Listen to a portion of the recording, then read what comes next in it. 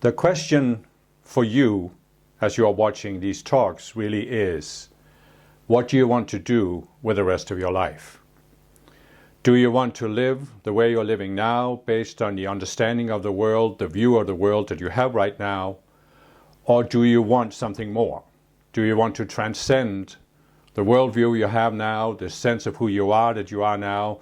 Do you want to reach higher levels of consciousness, higher levels of awareness and understanding of the world you live in?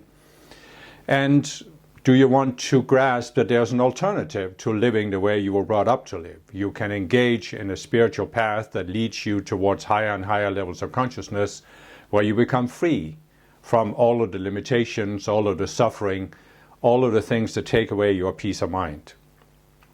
And if you want to engage in this path, then the purpose of these talks that I have given, the two previous ones and this one, as well as my breakthrough videos, really is to help you walk that path. And it's a gradual path. It takes time. It can't be done in one big leap. There is no quick fix. It's simply impossible to give you one teaching that suddenly awakens you or enlightens you, because it's an inner process. It must happen individually when you are ready for it. But what you can do is you can do a lot to speed up the process. And one of the things you can do is, of course, come to a higher understanding of the situation that we are all facing when we are in embodiment on Earth. And as I've said in the two previous talks, Earth is an unnatural planet. It's an extremely difficult planet to live on.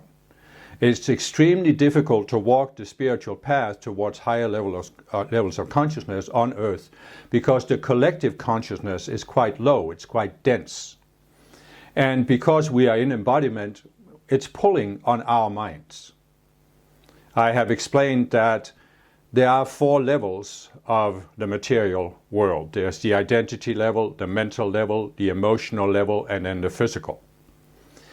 And in these emotional, mental, and identity levels, we individually have these subconscious selves that we have created over many lifetimes. As I explained in the last video, when we go into separation, we start creating these subconscious selves. And we create them because, as I said, you make that switch from the 48th level, where you experience some connection to something outside your mind. You go down to the 47th level and you lose that connection. And you feel there's a loss. You feel a need to compensate, but you also feel a need to explain why you are a separate being, why it isn't so bad to be a separate being, even though you feel incomplete. So you're trying to cover this over by creating these selves that have a certain view of the world. So we can say that, I've talked about a labyrinth, a maze, So we can say that you go down to the 47th level of consciousness and you are creating a self there. You have to create a self there based on that you now have no connection. You are now experiencing yourself as a separate being who is alone, who is incomplete. And you create a self. And then you walk, you experience life on Earth through that self for a while. But as I explained, the self is created out of this duality consciousness. And there are 2 extreme polarities, and there's gradations in between the polarities. And so it's inevitable that the self you created at the 47th level will be challenged, because it's based on one dualistic polarity that you have elevated to the status of being absolute. But there will be other people who have taken the other dualistic polarity and elevated that to the status of being absolute. So there's going to be clashes. So you now are in embodiment, you have created this first self, and sooner or later this self will be threatened. Somebody will come along, something will happen in your outer situation, and the self you have will be threatened. So what do? Well, theoretically, you could admit, oh, this is just a self, this is an incomplete self. And you could say, I want to go back to being connected. I want to go back to what I had before. And some beings didn't indeed do this. But those of us who are in embodiment and have been in embodiment for some time, we didn't do that. We reacted to the situation through the perception filter of that first self we had created. We tried to avoid the threat. We tried to disprove the threats to our sense of having the world under control and knowing how the world works. And how did we do this? Well, we created another self. So now we have two.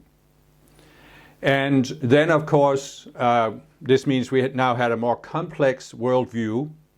And the more complex the worldview is, the more it can be threatened by different viewpoints. So sooner or later there was another threat. How did we respond to that? By creating a third self.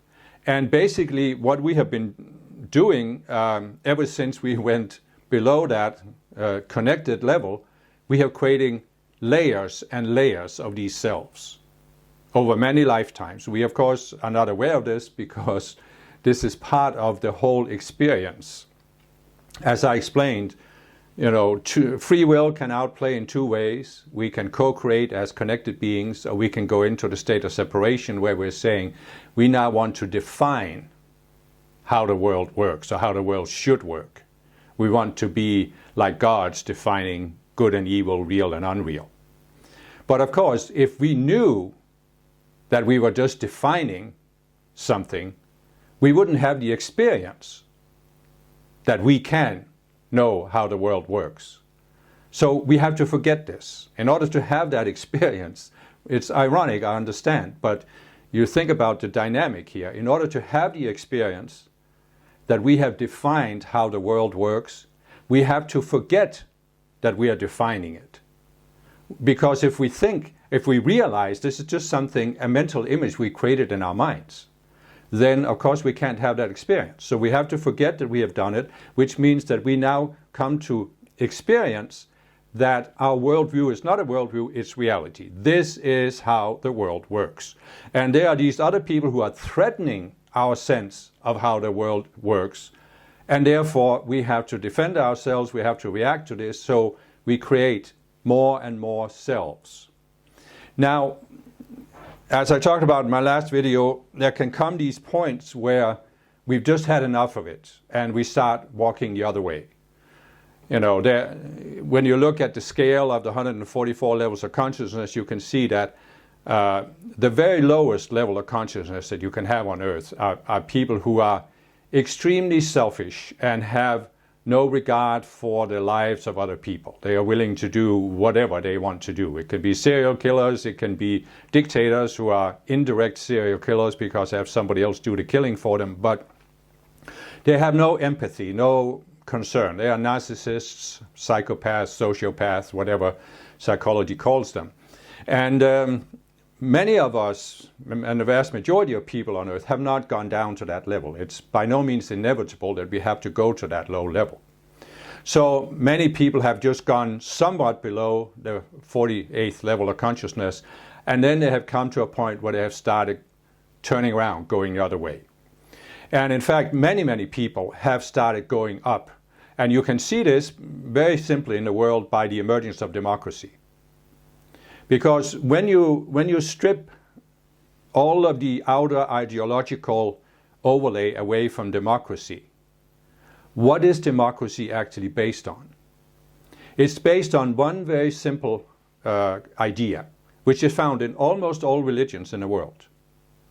Don't do to others what you don't want others to do to you. It's not religious. It's just a general principle, right? Because as long as you either don't consider the consequences of what you do to others, or as long as you believe you have a right to do whatever you want to others, then you are going down towards the lowest levels of consciousness. But when you start considering that maybe it's better for myself that I don't harm other people because other people won't harm me, that's when you turn around and you start going up towards the point where you can again reconnect. Because when you are a connected being, there are certain things you would never dream of doing to other people. You wouldn't dream of hurting other people because you have a sense that we're all part of a whole. And what happens to one part of the whole affects the whole, and I'm part of the whole. So what I do to others does affect me somehow. You may not understand this very clearly, but you have a certain intuitive sense of this. So we could say that if you describe the levels of consciousness below the 48th level, you could say that when you see yourself as a separate being, you come to accept one very subtle illusion. And that is that as a separate being, I can do something to others that doesn't affect myself.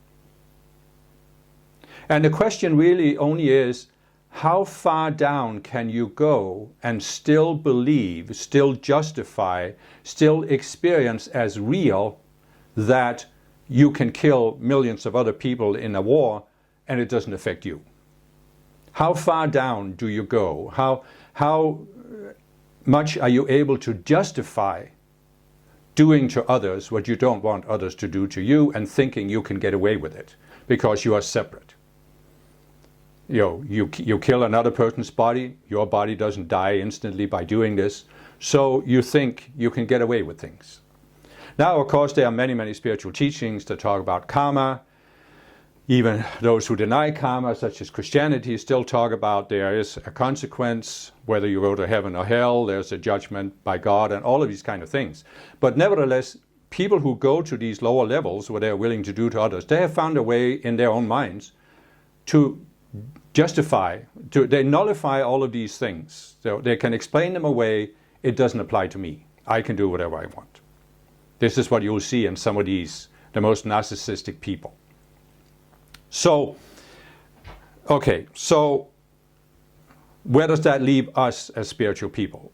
Well, obviously, if you're open to this video, you're about the 48th level of consciousness. So you have, whether you realize this consciously or not, you have started that path of walking back up towards the higher levels of consciousness.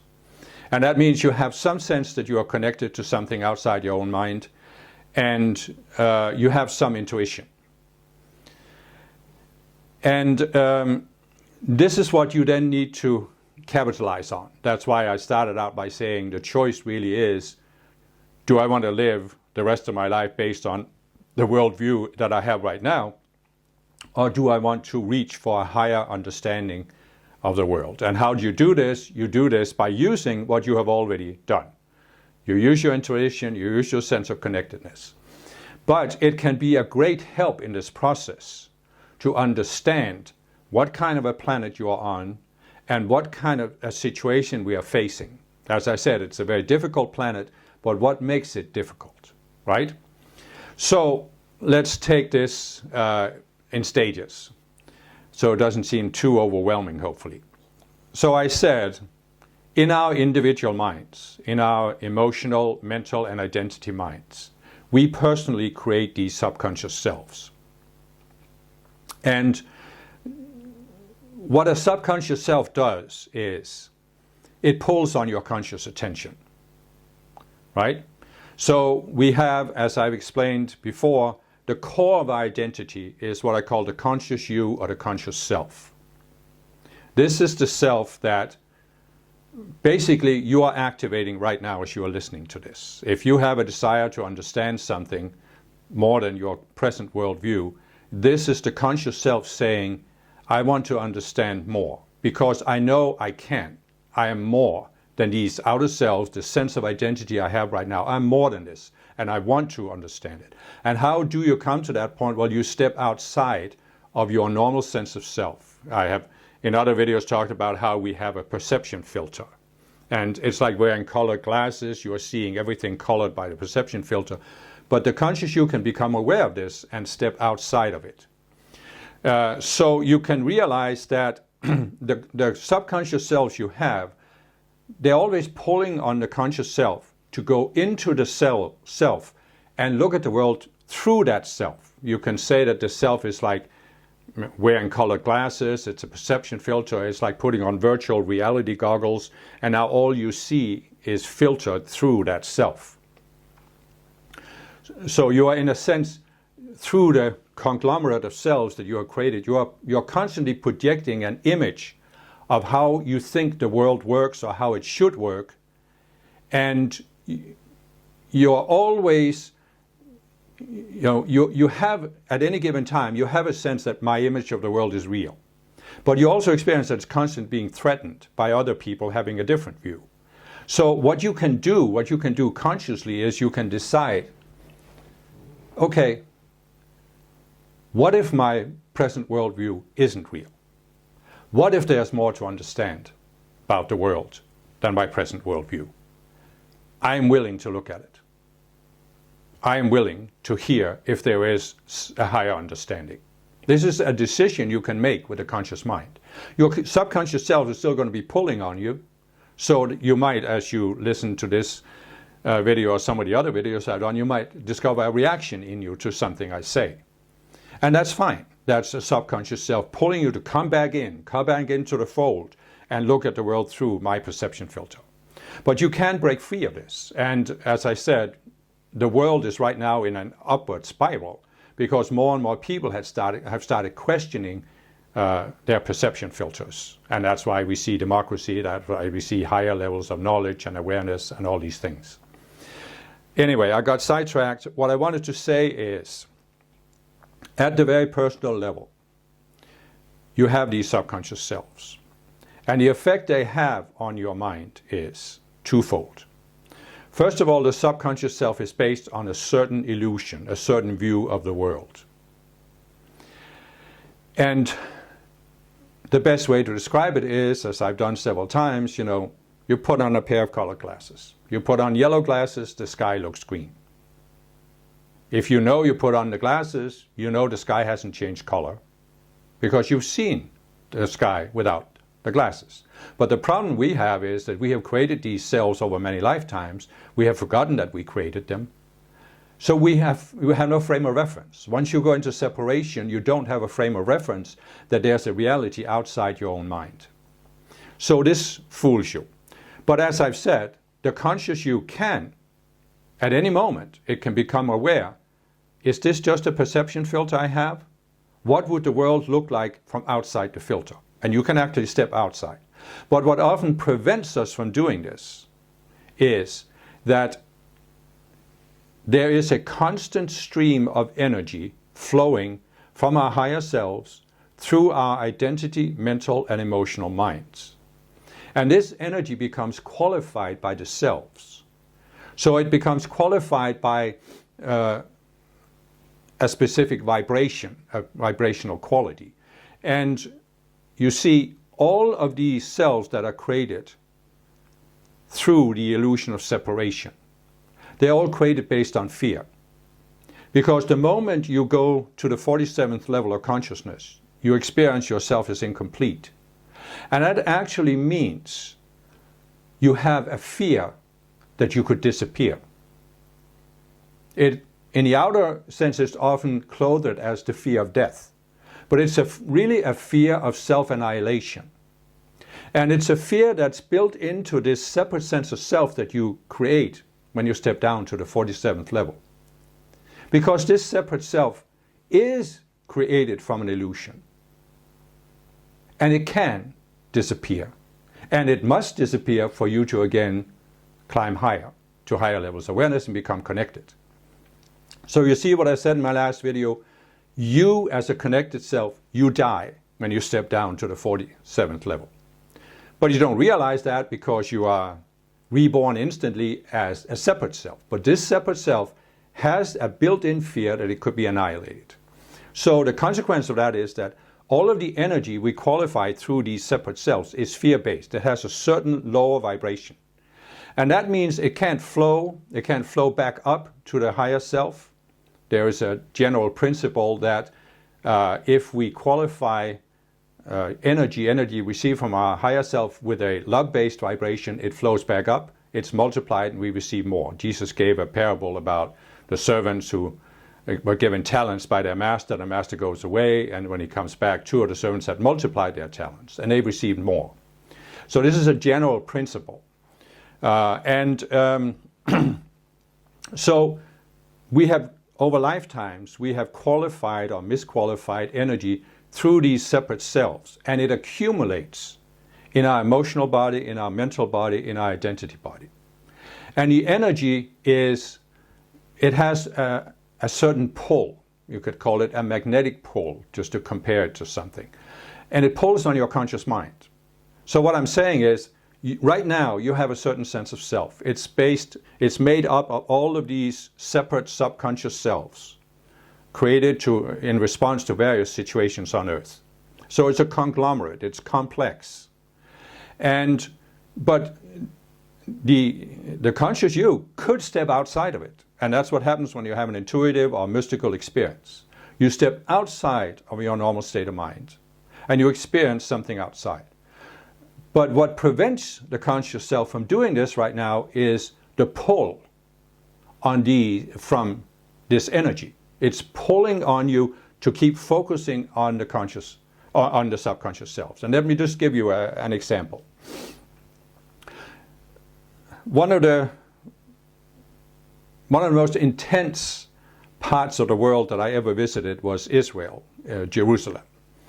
And you could literally feel the tension in the air. You could literally feel the energy there. And I talked to some people, both Jews and Palestinians, and it became very clear to me that these people were completely locked in their situation of the animosity, the conflict between these two groups of people. If you were a Palestinian, you had grown up with this view that the Jews are against us, they are trying to put us down. And if you were a Jew, you had grown up with another set of views, that the Jews had to do this because this was the Holy Land or whatever. I'm not saying understand it fully, but what I'm saying is they were pulled into this. And all of their energies, all of their attention was focused on this.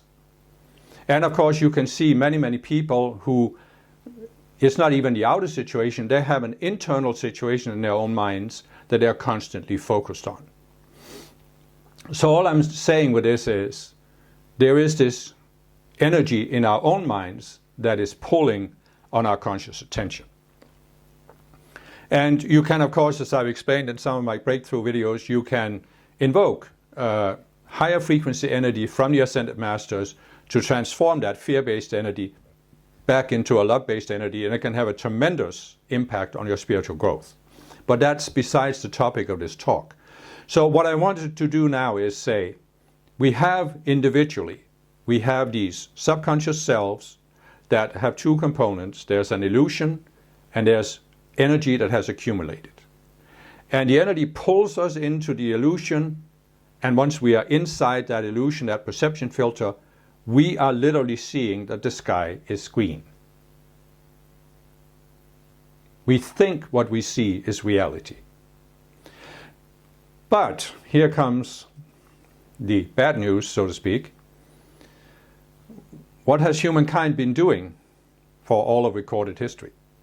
Conflict after conflict after conflict, right? So as we have a personal energy field around our physical bodies, there is a collective energy field around the body of the planet. So there's a collective emotional body, there's a collective mental body, and there's a collective identity body. And in those collective energy fields, there are also these separate selves that are simply, they're not different from the individual selves that people have. It's just that people have reinforced their individual selves, combined their individual selves into a collective self. And then some of the energy that people have projected out when they have been in conflict has now accumulated in the collective emotional body, for example. And that's why you can see, I mean, I talked about the situation in Jerusalem. There was a clear collective self created by the Palestinians, another one created by the Jews. And most people were overpowered by it. So in other words, there are certain parts in the world, and I'm just using it, this is of course one example. There are many, many other examples of people who created these collective selves. So you have your individual selves and whatever energy is accumulated in your mind, and that pulls on your conscious self.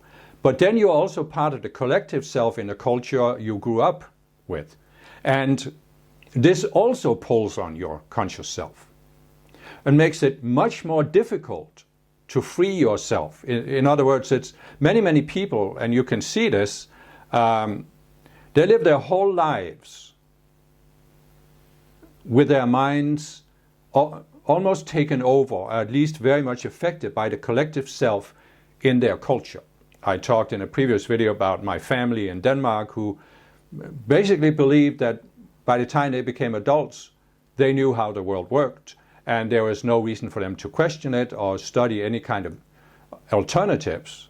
And why did they believe this? Because there is a collective self in Denmark that feels this is how the world works, this is how Denmark is, this is how we are as Danes.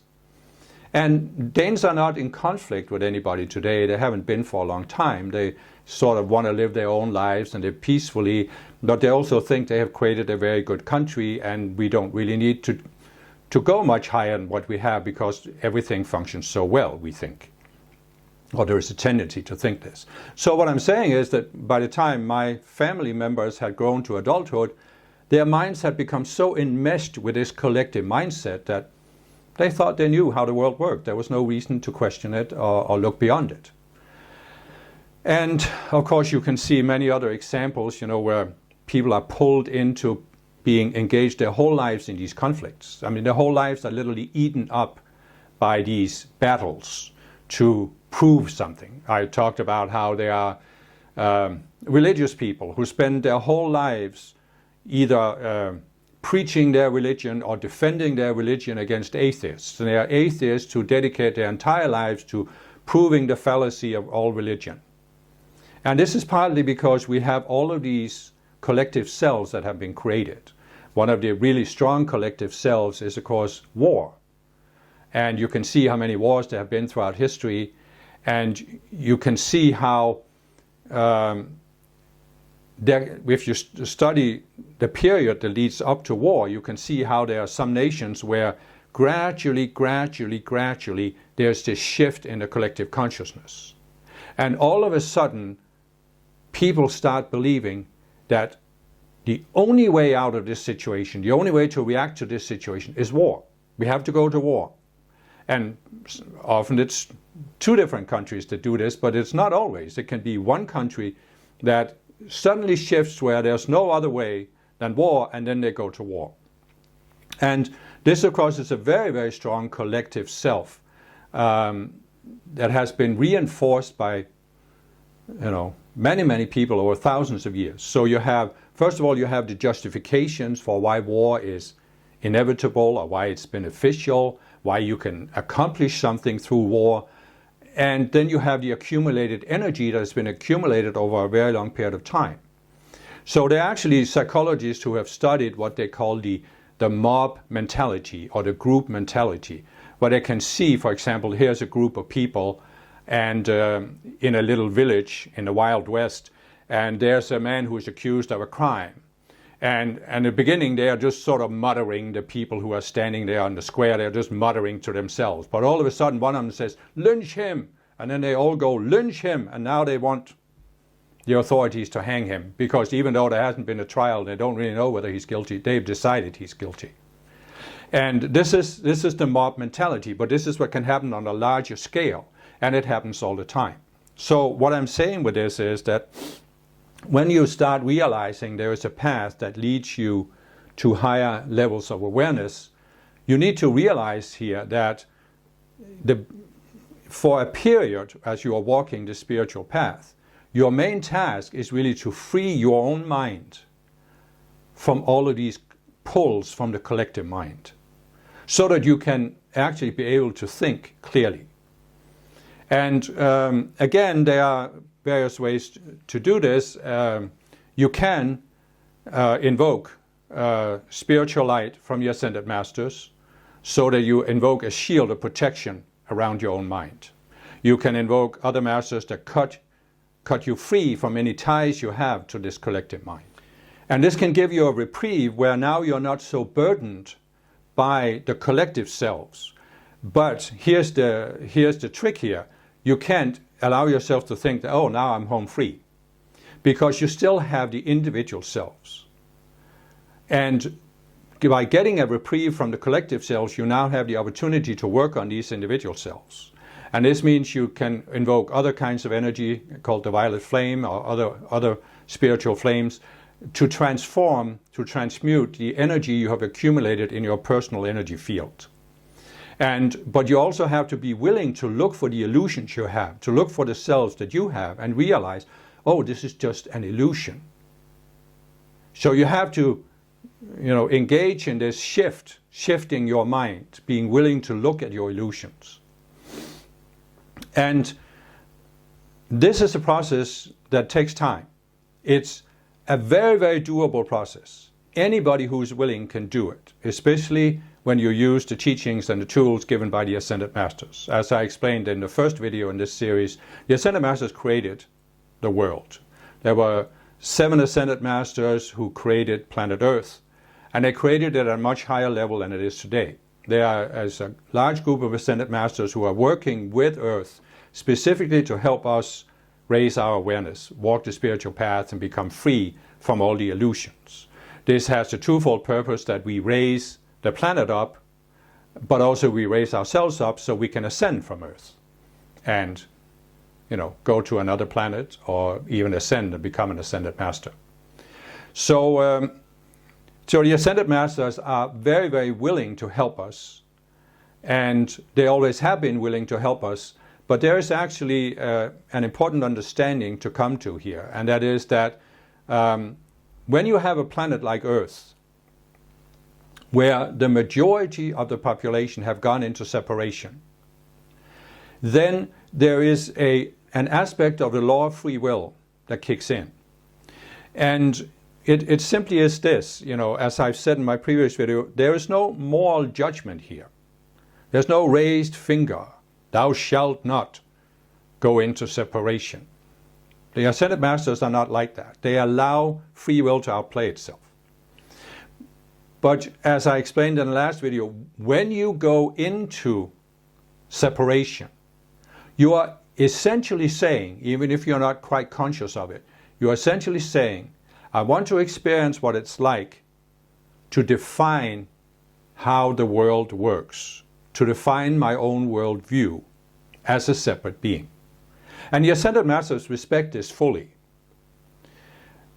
And this means that the Ascended Masters cannot force people. When they have gone into separation, the Ascended Masters must stand back. They can't approach them unless they are asked. But if they are not asked, they can't approach them. So this is what we can call the principle of plausible deniability and plausible plausibility. Because when you go into separation, it must be possible for you to take anything you want to believe and create the impression in your mind that this is real. It's not a belief, it's not a worldview, it's not a mental image. This is how the world really works. And you are convinced that this is real. And the flip side of that is the plausible deniability. Anything that threatens your sense of reality, you can invalidate, you can ignore, or you can go into denial. Basically what you're doing in this state of mind is you're going into a state of mind where you're saying, I can't be wrong. This is real. The way I see the world, that's the way the world is. It is real. And the Ascended Masters cannot approach you there. They are not even allowed to. That's why you go back in history, there hasn't been a concept of Ascended Masters. There has been angels, there has been some spiritual teachings that talked about spiritual guides or other beings, but in general, it hasn't been known. So the reason why I can even talk about this today is that this all depends on the level of the collective consciousness. It doesn't mean that the Ascended Masters have not worked with human beings, but they have done it on an individual level. So over the centuries, many people have been able to tune into the Ascended Masters, receive ideas, insights, intuitive experiences, and this has helped them raise their consciousness. This has gradually helped raise the collective. So there came a point in the 1800s, late 1800s, where so many people had started walking this upward path. As I said, democracy emerged because many people locked into the do unto others what you want them to do to you. And so there came a point where the Ascended Masters were now able to step forward in a more public way. And you in the beginning you saw books, and now today, of course, websites and what you have. So you have to realize here that this is a relatively new development on Earth.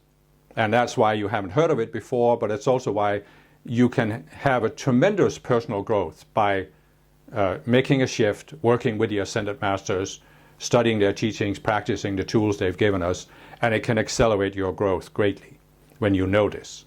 Now, just to make sure you grasp what's the dynamic here, I talked about there are basically three types of people or beings on Earth. There's those with the lowest consciousness, which are the fallen beings, which are very self-centered. There's the 80% of the general population, which are somewhat, they're not as self-centered as the fallen beings. And then there's the avatars that have come to hold the balance for the fallen beings and also to help raise the Earth. So what you realize here is that the fallen beings, as I explained in the first video in this series, they fell in a previous sphere. And they fell when they were confronted with the Ascended Masters. And they had the choice to either join the upward path or to rebel against it, and they chose to rebel against it. So the last thing that the fallen beings want to recognize is the existence of Ascended Masters. They want to be the masters of the universe. They want to be the highest authority on Earth. They don't want any talk about Ascended Masters in a higher realm who have more power than the fallen beings have. That's the last thing they want the public to know about. They can deal with the concept of a God, and I'll talk about that shortly, how they dealt with that. But Ascended Masters, they definitely don't want people to know about. Then you have the vast majority of people on Earth who are still below the 48th level of consciousness. They also don't want to hear about Ascended Masters. Why? Because what is the idea of an Ascended Master? Some Ascended Masters started out just like us here on Earth. And they have ascended from Earth. How did they ascend? By questioning their worldview, by overcoming their subconscious selves, by raising up their consciousness, right? So they are, if we understand it correctly, they are examples of what we can all do. One of the mottos the Ascended Masters have is, what one has done, all can do. But see, the vast majority of people who are below the 48th level of consciousness, they don't want to know you can transcend yourself. They want to live their entire lives believing this is what it means to be a human being, and I can't be anything more than this. So if they recognize that they are Ascended Masters who have they started out just like them, but they transcended the worldview they were brought up with, their personal psychology, and they ascended to a higher level of consciousness, well, then they will be disturbed, because that means I should be able to do it too. So what you see is you have all of these people who are basically all validating themselves in this view that this is what it means to be a human being, and this is what I can and cannot do. And I certainly can't ascend to a higher level by my own efforts. That's why you have so many people, for example, who believe in this completely distorted view of Christianity. Now, Jesus was meant to demonstrate the spiritual path, that you can start out being born like any other human being, you can raise your consciousness, put on personal Christhood, and you can ascend. And what did Jesus say? He that believeth on me, the works that I do, shall ye do also. What one has done, all can do. What have the fallen beings done with the Christian religion? They turned Jesus into an exception, the only Son of God.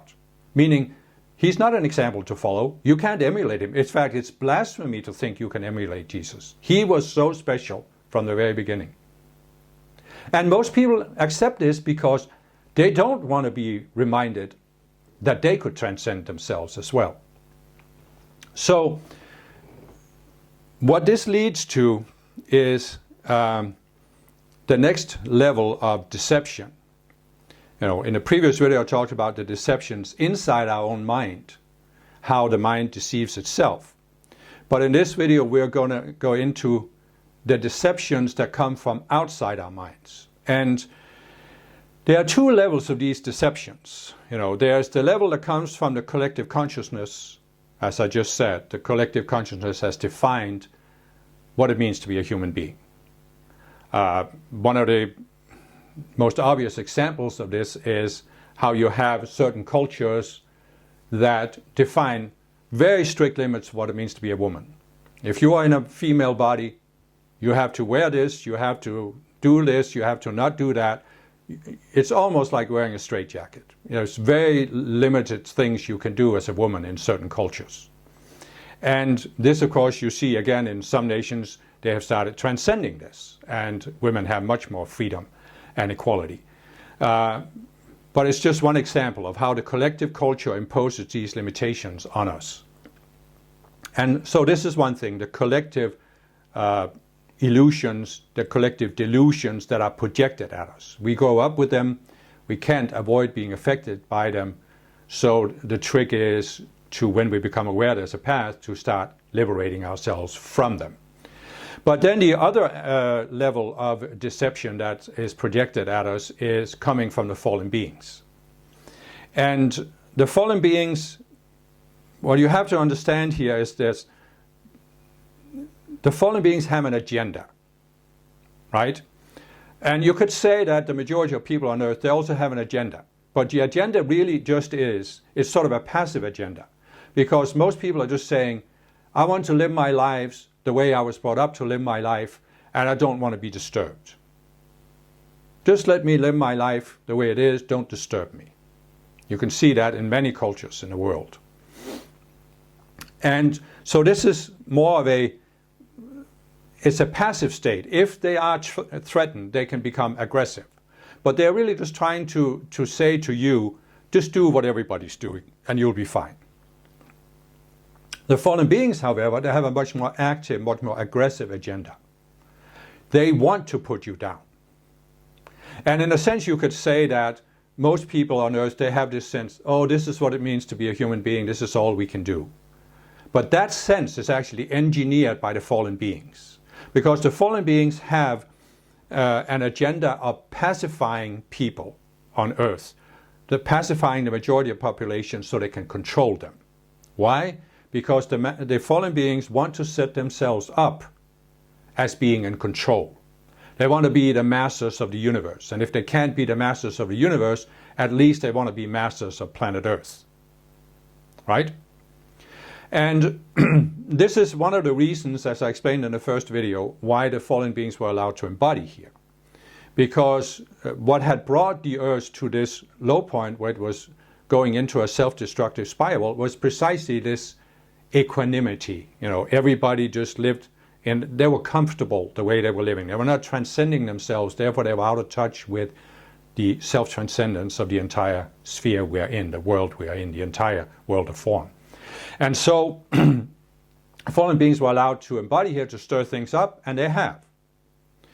And what they always want to do is ultimately to prove that they are right, which means that the Ascended Masters were wrong. They were wrong for challenging the fallen beings. The fallen beings were right. And ultimately, some of the fallen beings also want to prove that God was wrong for giving all self-aware beings free will. God should not have given people free will. He should have set up a system so people couldn't avoid being saved or rising to higher levels of consciousness. But as I've explained, this cannot be done. It must be done through free will. You can only raise your consciousness through free will. It's the only way it can happen. You cannot be forced to raise your consciousness. Then you just become an automaton, a robot. So, and this is not what the Creator wanted to create a world of robots. That's what the fallen beings dream about, because they would like to reduce humankind on Earth to basically functioning like biological robots who are not able to think clearly because they're always following the groupthink, the thought police. They're always following what they were brought up to believe. That is the aim, the agenda of the fallen beings, to reduce everybody to this point where they are not thinking. And so as spiritual people, our job is, if we want to walk the path, if we want to reach higher levels of consciousness, we have to pull ourselves away from the collective selves, the collective beliefs in the culture we grew up in, and even the ones that pertain to humankind as a whole. But we also have to specifically come to see these illusions generated by the fallen beings. And again, this is something that it just can't be done in 5 minutes. You know, I have in some of my other videos explained that I have been on the spiritual path for 47 years. I have studied spiritual teachings, I have practiced spiritual techniques, and I can just look back and see that when I look at the worldview I had when I was 18 and I look at the worldview I have today, there's not just an ab world of difference, there's several worlds of difference. It's just tremendous how much it has been expanded. But I can also see that if you had presented me with the worldview I have today when I was 18, I couldn't have grasped it. I just could not, my mind could not have dealt with it, because it was too far beyond the worldview I had at the time. And you can't shift too quickly because you lose your sense of continuity. You could end up in a straitjacket. So it's a path, it's a gradual path. And I very well understand that many people, when they find a spiritual path, they are in a very difficult situation. They are very disturbed by something in their own psychology or by their outer situation, and they are looking for relief. They are looking for a way out of this. There are various motivations for engaging in the spiritual path. So I understand it can be very difficult in the beginning, and I'm not trying to make light of it. I'm only trying to say that you will make it easier for yourself to walk the path if you accept that there's no quick fix, that it will take time, that it is a gradual process, okay? But the wonderful thing about doing this is, you have the old saying, a journey of 1,000 miles cannot be completed in one step, right? So here you're going somewhere, a faraway destination. You can take two approaches. You can start looking for some non-existent means of transportation. A rocket ship. Beam me up, Scotty. That will instantly transport you to where you're going. And you can keep frantically looking for this. Or you can just start walking. And if you just start walking, and if you take one step at a time, you will get there. You see? One of the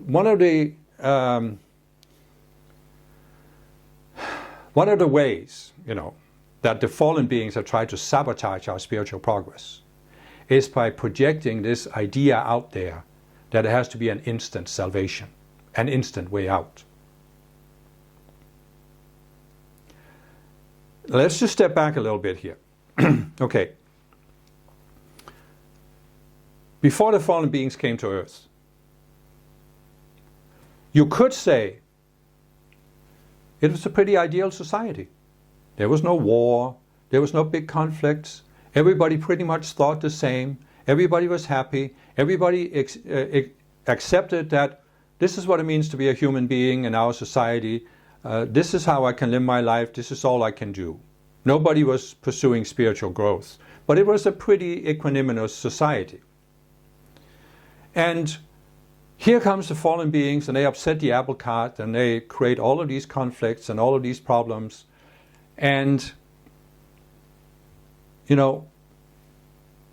was better back then. It was better in the old days.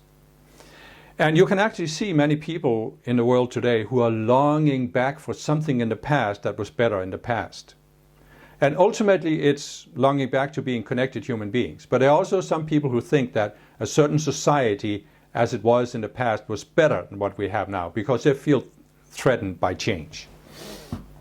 But basically, I got sidetracked again. What I wanted to say was, the fallen beings came, and the sense that the Earth was a pretty equanimous, peaceful planet was disturbed by the fallen beings creating all these conflicts, right? So if you look at, I said the fallen beings have an agenda to control us, right? And they do this in many, many ways. But the basic way they control us, or seek to control us, is they create a problem, and then they present themselves as having the only solution to the problem. You first create a problem, then you present the solution, and then people will take the solution to get away from the problem.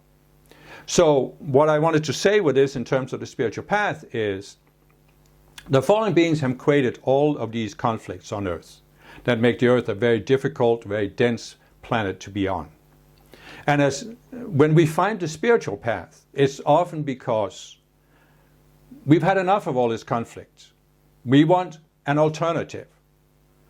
And here comes the spiritual path, and it offers us, there's a higher state of consciousness. My first spiritual movement, cosmic consciousness. You meditate for 8 years, 20 minutes morning and evening, you will reach cosmic consciousness. That was a promise made in the early days of the movement. It was later abandoned.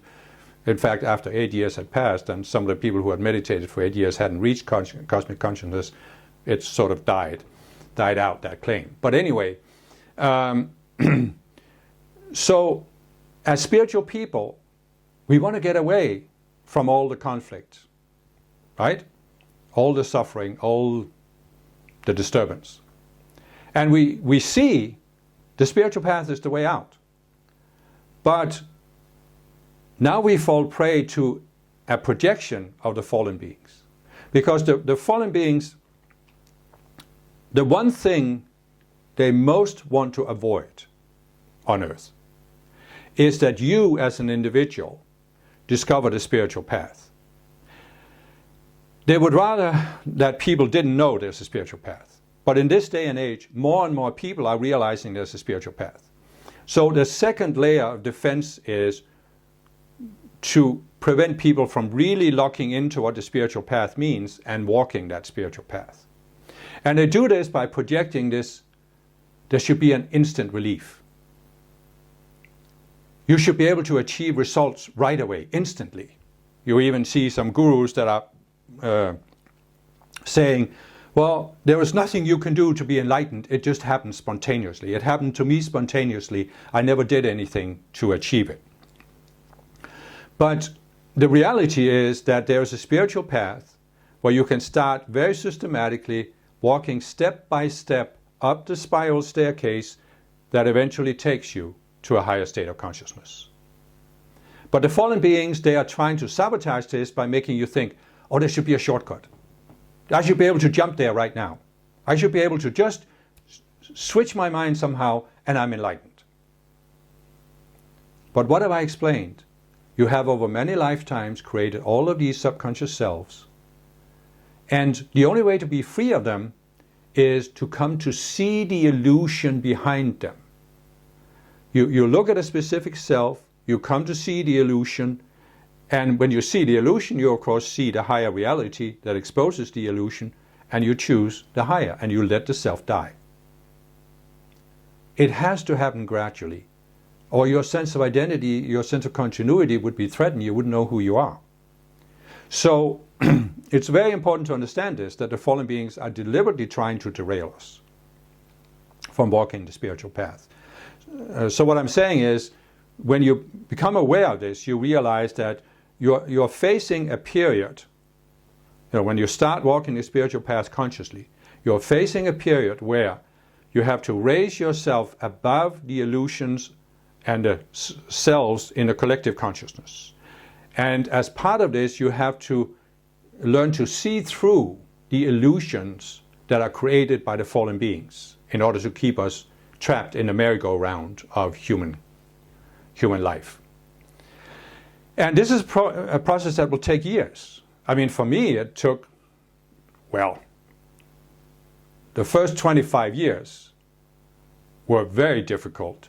And then I started making more progress. But even just within the last couple of years, so better part of 40, 45 years. Now, hopefully I'm slow and you can do it faster.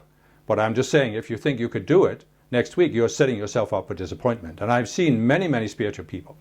They find a spiritual teaching or a spiritual guru, and they become so excited, you know. Yes, here I'm finally come home. This is what I've always been looking for. And they build this expectation that in 5 minutes or 6 months of a meditation course or this or that, I'm going to have a breakthrough and be a totally different person. And I've seen so many people go down in flames with this. You know, there comes a point where they suddenly shift back to their pessimistic state. Oh, it's never going to work. And then they project, oh, here's a false guru. He's making false claims. This doesn't work. The meditation technique doesn't work. The spiritual path doesn't work. It's all an illusion. It's just a lie.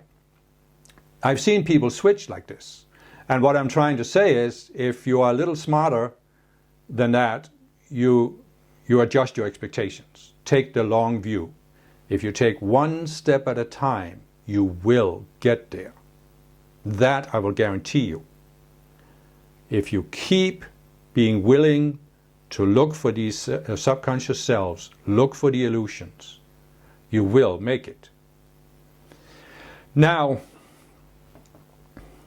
I don't want to overwhelm you with too many of these illusions created by the fallen beings, but I do want to talk about one specific thing they have done. And you have to understand that the fallen beings are completely trapped in what I call the duality consciousness and the illusion of separation. You know, they have built this very, very elaborate, very complex worldview, much more complex than we can build as human beings on Earth or as avatars coming from a natural planet. Because on a natural planet, you don't use the duality consciousness to build your worldview. So you really don't, as an avatar, you really don't grasp what the duality consciousness is about, what it does, how it works. So when you first come to Earth and encounter these fallen beings, you're really, really shocked by this. You're shocked by two things. First of all, their aggression, that they see you as such a threat and they want to destroy you. They literally want to destroy you, which I'll talk more about in some other videos. But the other thing you are shocked by is their thinking, their complexity of their thinking. Because you realize at a certain point, you can't reason with them. You can't convince them. And the reason for this is they have built this elaborate worldview by using the duality consciousness, as I said, where there's plausible deniability because you can deny anything that contradicts your worldview, and there's plausibility because you can validate your worldview. And you can put yourself in a state of mind where you experience that your worldview is real. Now, as I said, this doesn't mean that the world has changed. Whatever the fallen beings have done, whatever worldview they have created, they've created inside their own minds. They haven't changed how the ascended masters created the universe and the principles that they used in order to create a sustainable creation. They haven't changed that at all. So it's all in the mind. Okay, so here we have Earth, right? And most people have gone into duality. And they have built a certain worldview that they think is absolutely real. And it's basically a worldview that doesn't really change. It doesn't really change people. It's a very stable society, seemingly. And it is based on the duality consciousness, right? But it's not really based on the extreme aspects of the duality consciousness. So this is a little subtle to grasp. So here comes the fallen beings. They come to Earth. Their agenda is to take control here and start controlling the people. And they really only have to do one thing to distort things on earth. And what they do is they take the duality consciousness, which has two polarities, and then they project out that there is a standard that everything should be evaluated by, in comparison to. There's a standard. And then they project on top of that the value judgment, that which conforms to the standard is right, and that which doesn't conform is wrong.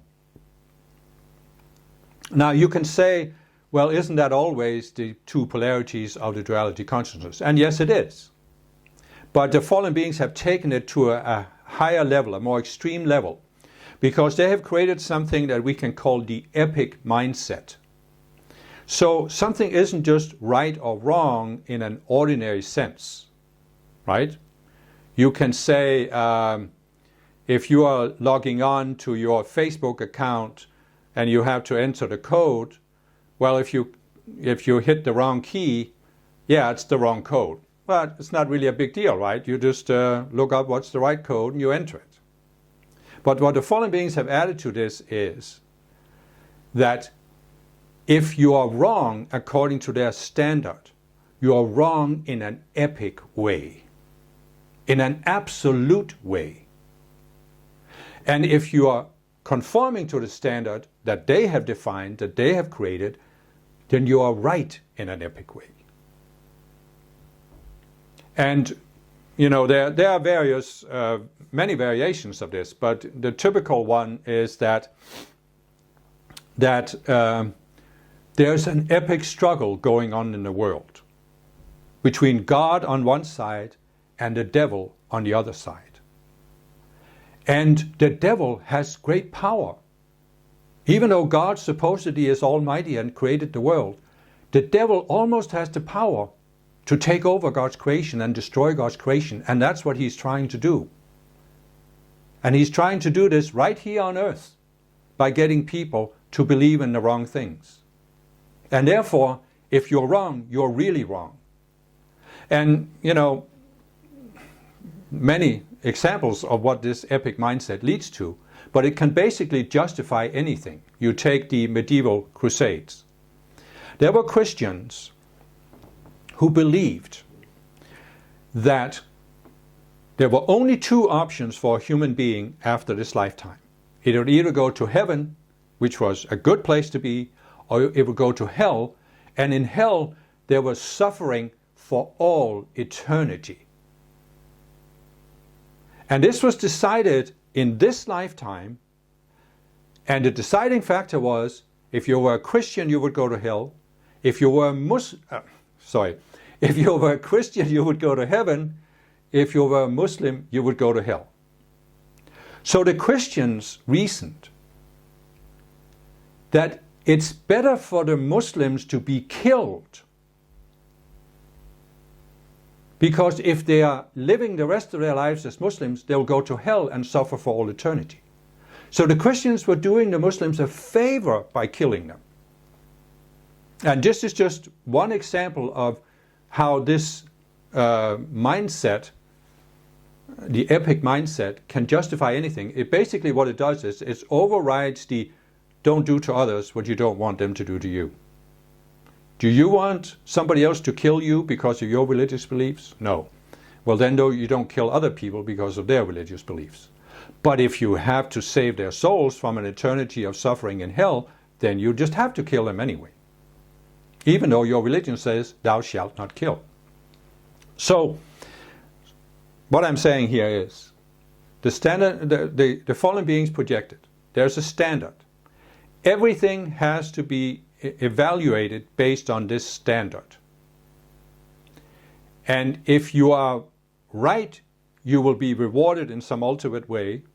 If you are wrong, you will be punished in some ultimate way. Right?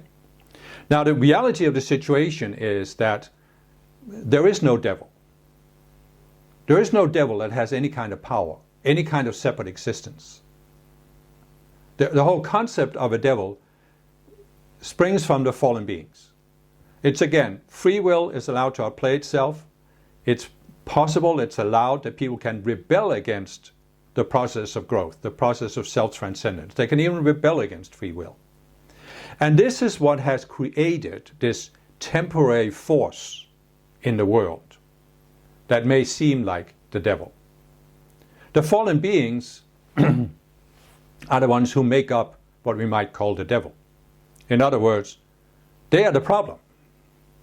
They have created the problem on earth. But at the same time, they are trying to present themselves as the saviors. They first create a problem, then they want us to believe that they can save us from the problem that they have created. And this is their agenda.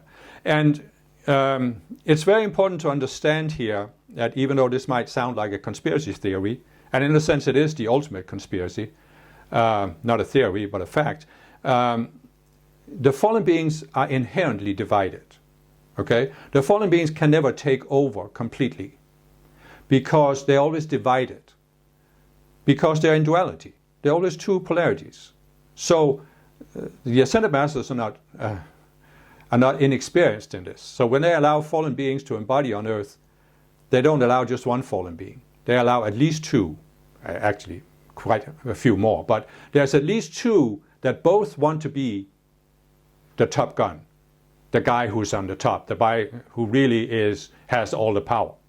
And if there are two that always want all the power, then they can never cooperate. And therefore, they can never be ultimately in control. It's again the epic mindset, you know. One fallen being raises up one dualistic polarity, the other one raises up the other. How can they not clash? But there is, of course, a certain unconscious cooperation among the fallen beings because they're all trapped in the duality consciousness and they're all trying to cause all people on earth to become blinded by the duality consciousness and stay in that duality consciousness. And that's why they have promoted all these illusions. And as I said, the basic illusion is this idea there's a standard. And what's wrong with that, we might say?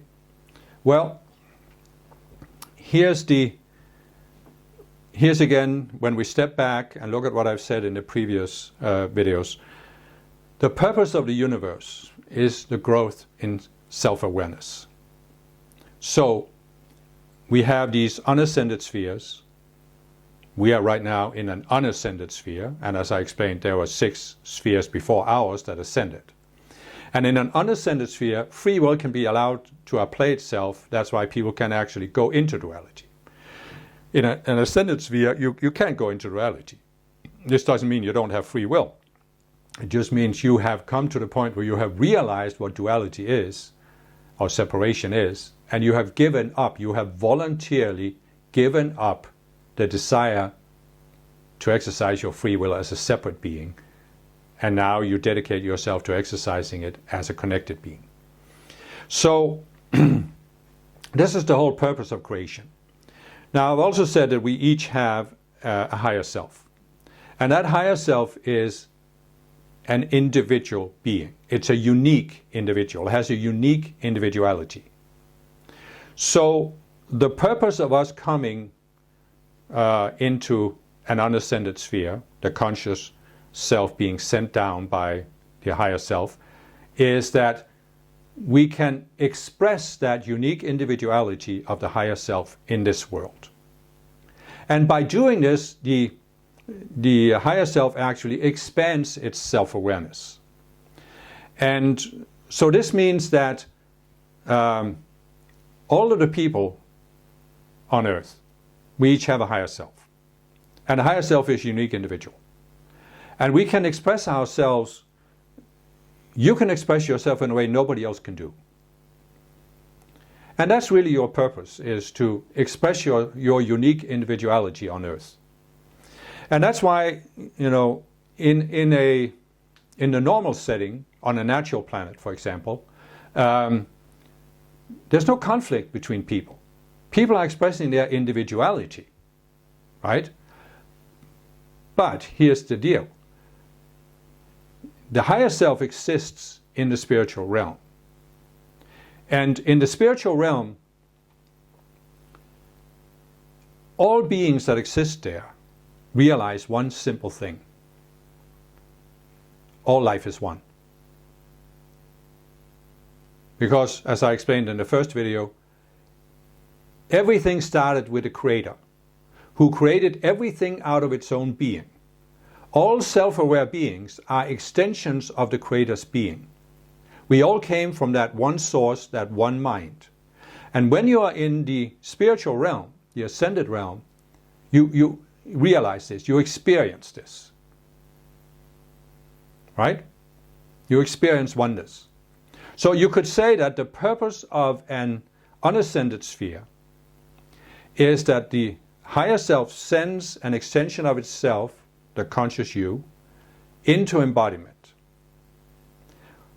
In a sphere where it isn't obvious that everything is one. Because in an unascended sphere, matter, the matter light, is so dense that we can't directly see that there's oneness behind all these multiplicity of forms that we see. So we start out in this world, that's why I said we take on a lot of illusions before we go down to the 48th level. And these are illusions that relate to, matter is real, forms are different, there can be a difference between mind and matter, it's not the same substance, all of these things. All of these illusions we take on about the world of form and the differences between forms, right? So we start seeing the world in terms of all these differences. And then, but we still have that sense of connection. And as we expand the sense of connection, we begin to see behind the differences. We are no longer focused on the differences. We start seeing the oneness behind the differences. This doesn't mean the differences disappear. A circle is still going to be a circle and a triangle a triangle. But we don't see any conflict between them, right? So this is the purpose. We start out in a world that's dominated by all these separate forms, and we are perfectly allowed to go into this state of separation where we identify ourselves as separate beings living in a world of separate forms. I am separate from you. I am separate from the environment. I am separated from any kind of God up there. I'm completely separate. And all of these forms are separate. The sun and the moon and the earth and this and that, they're all separate. So you go into this state of experiencing the world in terms of separate forms, and then you gradually transcend it. And when you have gone into the world of separate forms, transcended the separateness and come to experience the oneness behind it, then you have a whole different foundation for ascending to the spiritual realm. Now you have experienced what separation is like, what separate forms are like. And that means you have a completely different appreciation for oneness, and you can, so to speak, return to oneness with a higher awareness of the value of oneness. And that's how you ascend and become a permanent being that can then help the world progress further. So, what the fallen beings, what their agenda is, of course, they are completely trapped in this mindset of separation. They can't see beyond it themselves. They are absolutely convinced this is real. They are separate beings. They are the masters of the universe. They have a right to do whatever they want to do on a planet like this. They need to have no consideration for how this affects other people. Absolutely no consideration for it.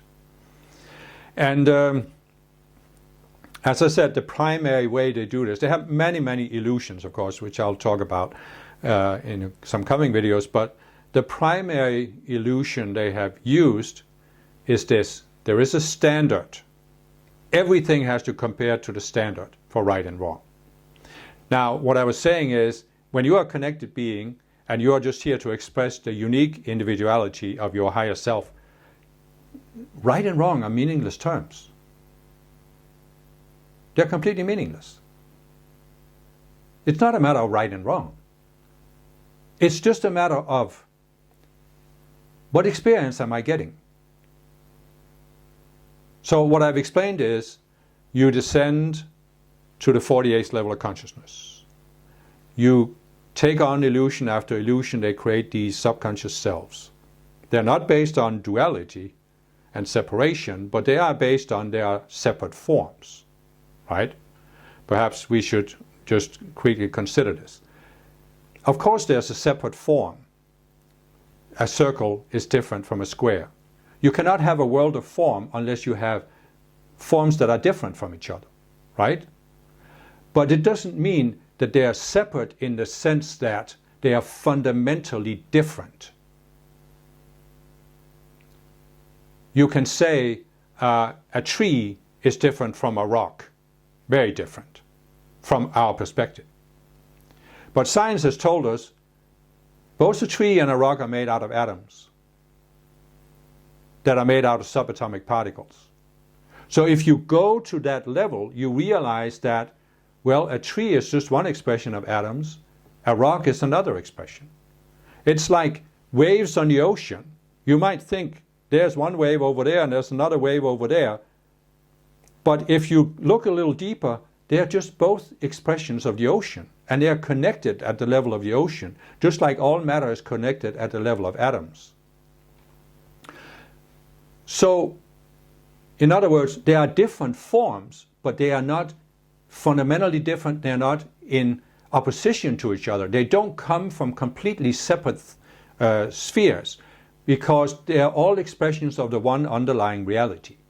When you go into duality and separation, what the fallen beings have created with the epic mindset is that they are fundamentally different divisions. God is fundamentally different from the devil. The devil is completely different from, separate from, in opposition to God. Well, this can't happen. Everything is created out of the one mind. The fallen beings, they experience themselves as separate from God because they have created this illusion in their minds, but in reality they are not. They are expressions of the one mind like everything else. But they are trying to get everybody else to believe in these fundamental divisions. And that's why they created this standard. Everything has to be compared to the standard. And that which is right in a fundamental way, and that which is wrong according to the standard is wrong in a fundamental way. They are not just two different expressions of something. So this is what the fallen beings have projected, and they have used many things to do it. You know, you can say religion. Religion claims that there are certain things you can do as a human being that are right and other things that are wrong. This is a sin, this is not a sin. This will get you to heaven, this will get you to hell. In reality, when you look at it from a neutral perspective, you don't need to evaluate based on right and wrong. Now, it's easier on a natural planet, so let's just look at a natural planet. On a natural planet, you have a sense that you're connected to your higher self and that you're connected to your environment, to other beings in the environment. There's a certain oneness. And that means that you wouldn't actually even think to harm other people. I mean, you know you can, physically, but you wouldn't think to do it. But what you do when you're on a natural planet, you are expressing yourself, your current sense of self, your current individuality.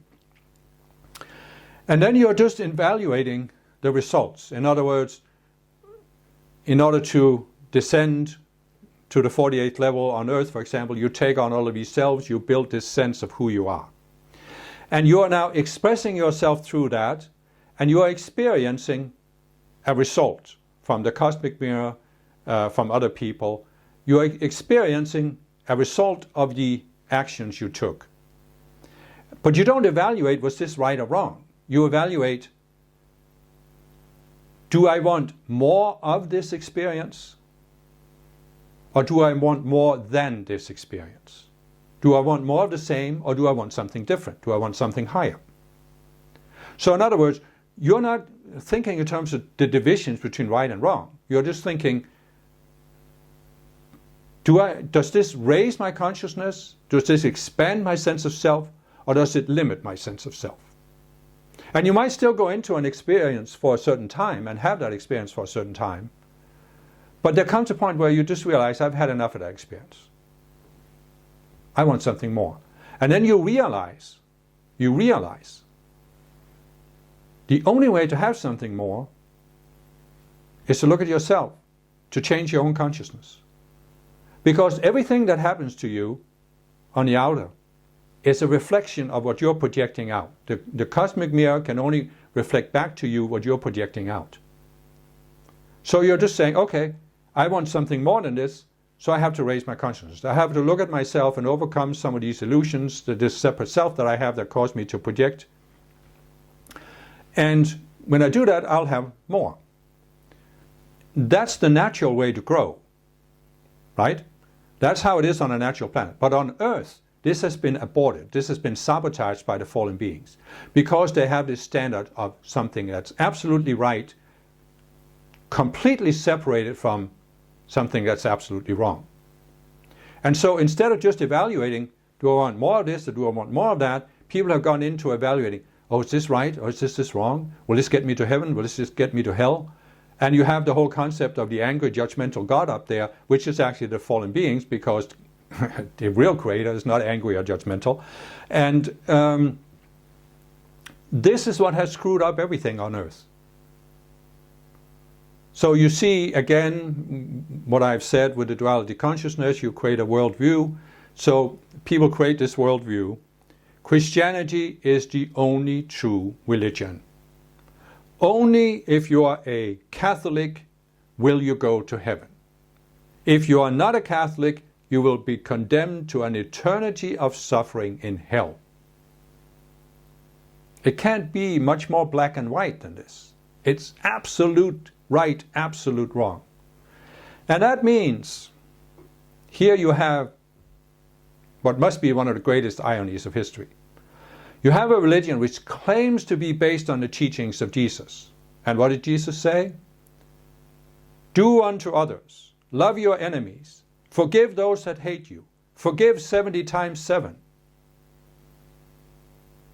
How do you reconcile that with the history of the Catholic Church and the tens of thousands, potentially millions of people that were killed in the massacre of the Cathars, the Inquisition, the witch hunts, the Crusades, the war with the Protestants, all of these things?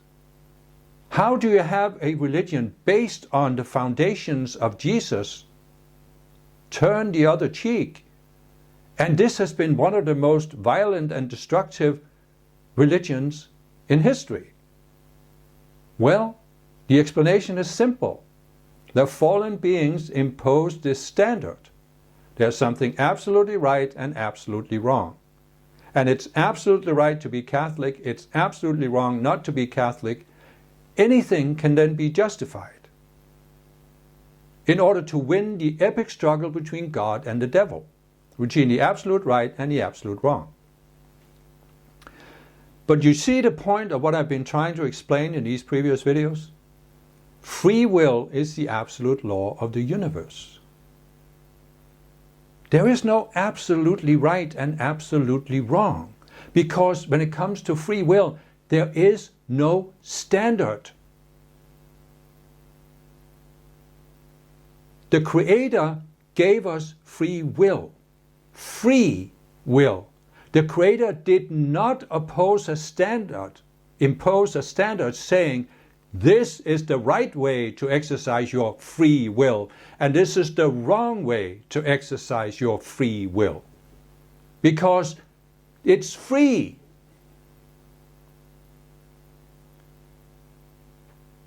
It's not God who has imposed this standard, it's the fallen beings. And as spiritual people, we have to become aware of this, because there comes a point on the spiritual path we just can't go higher unless we realize this. This is an illusion. It's not imposed by God or the Ascended Masters. And that is when we can really free ourselves from this enormously heavy consciousness that's hanging over this planet. that you have to conform.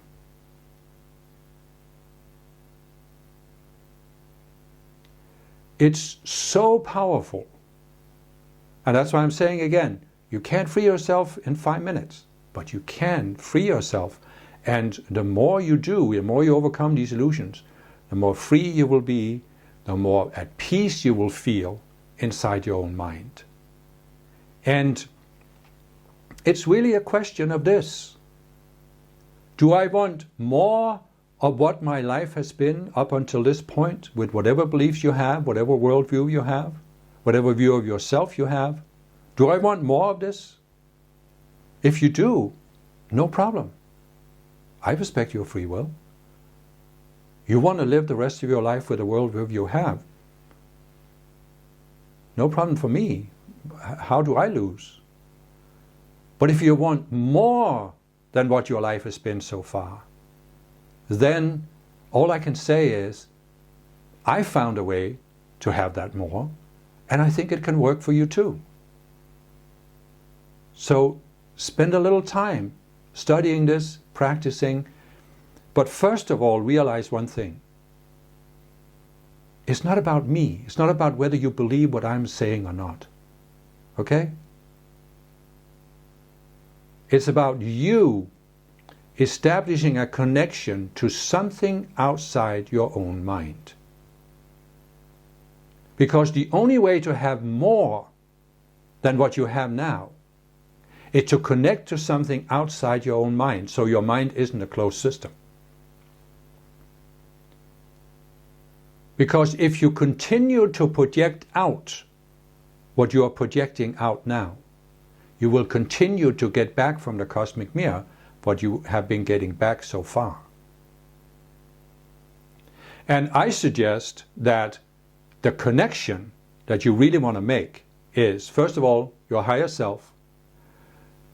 But in my experience, it's sometimes a little abstract to connect to our higher selves, and it can be easier to connect to the Ascended Masters.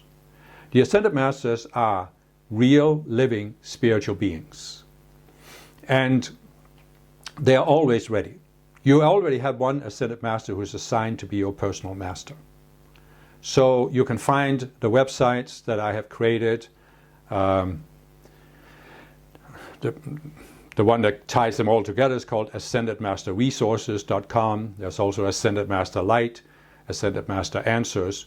And you can start studying these teachings, and you can go to the transcendencetoolbox.com website and see some of the techniques the masters have given, experiment with practicing them, and see where this gets you. For me, this was just a tremendous acceleration of my spiritual growth, to find the Ascended Masters. And as I've explained, the ultimate frame of reference is the Ascended Masters. The ultimate frame of reference for Earth is the Ascended Masters. And the problem on Earth is that the collective consciousness, the fallen beings, and our own subconscious selves have created this closed system.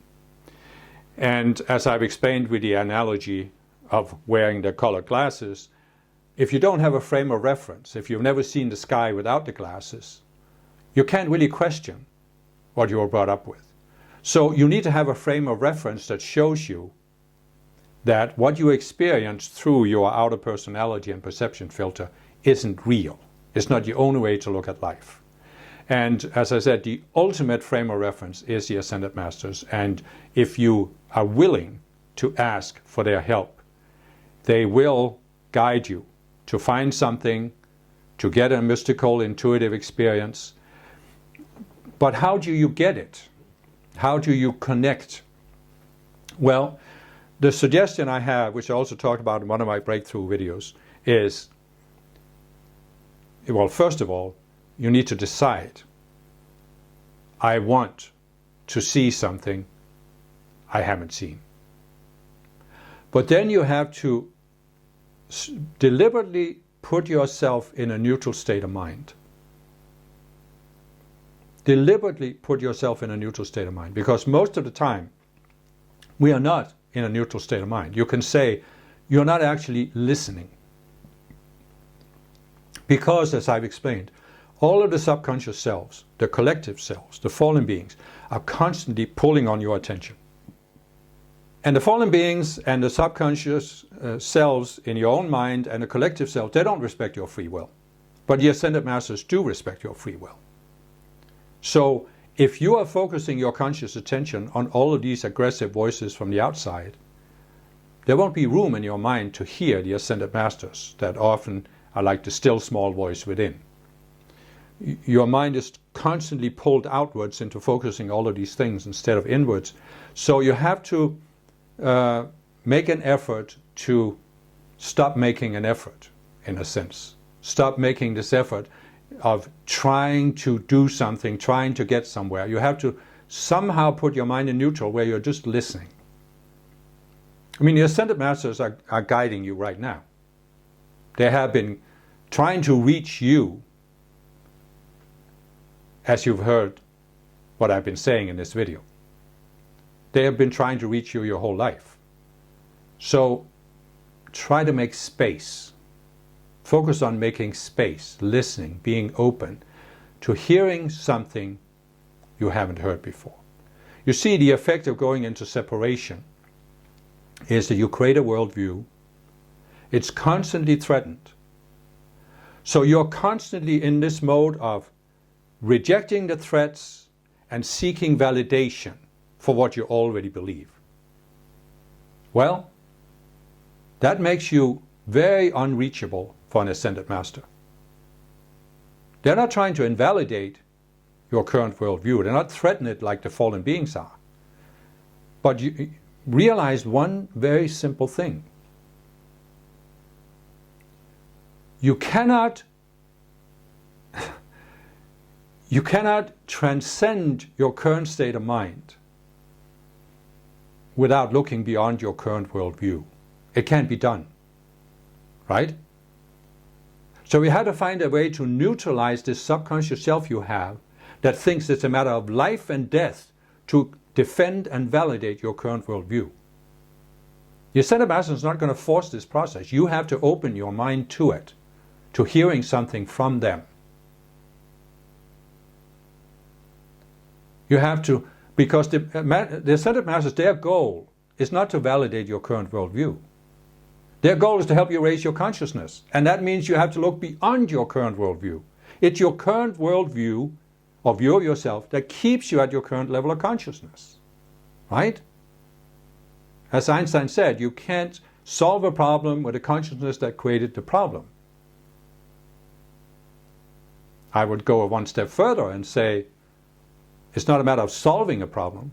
It's a matter of realizing there is no problem to solve because all the problems are projected through the duality consciousness. But nevertheless,